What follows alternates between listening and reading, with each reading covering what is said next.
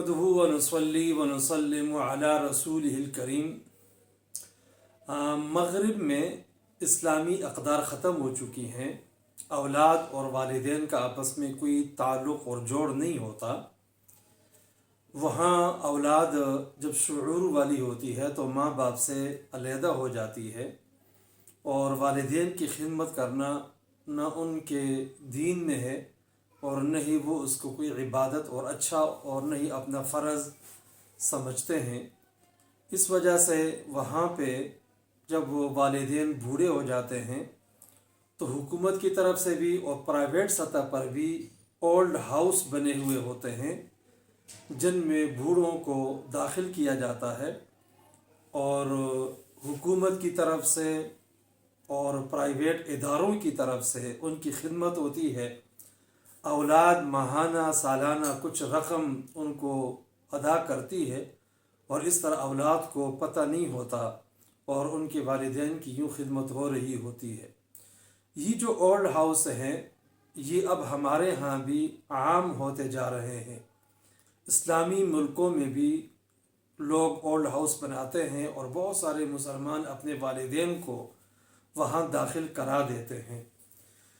شرعاً اور اخلاقاً یہ انتہائی گھٹیا حرکت ہے اور بہت بری بات ہے کہ اپنے والدین کو اولڈ ہاؤس میں داخل کیا جائے اور ان کی خدمت نہ کی جائے، اور ان کی خدمت صرف اتنا سمجھا جائے کہ وہاں ان کے لیے کچھ رقم دے دی جائے اور دوسرے ان پہ خرچ کریں۔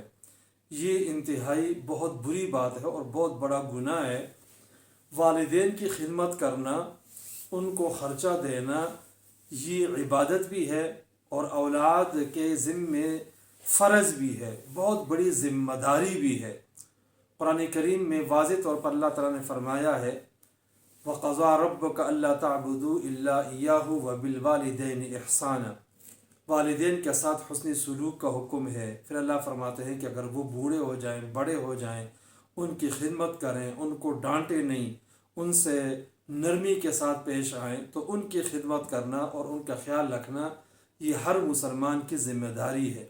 مگر بہت افسوس کی بات ہے کہ مغرب سے جو بھی تحفہ آتا ہے تو ہم جلدی اس کو قبول کر لیتے ہیں اور اس پہ عمل کرنا شروع کر دیتے ہیں، حالانکہ یہ مسلمانوں کی ثقافت نہیں ہے، اسلامی تہذیب نہیں ہے۔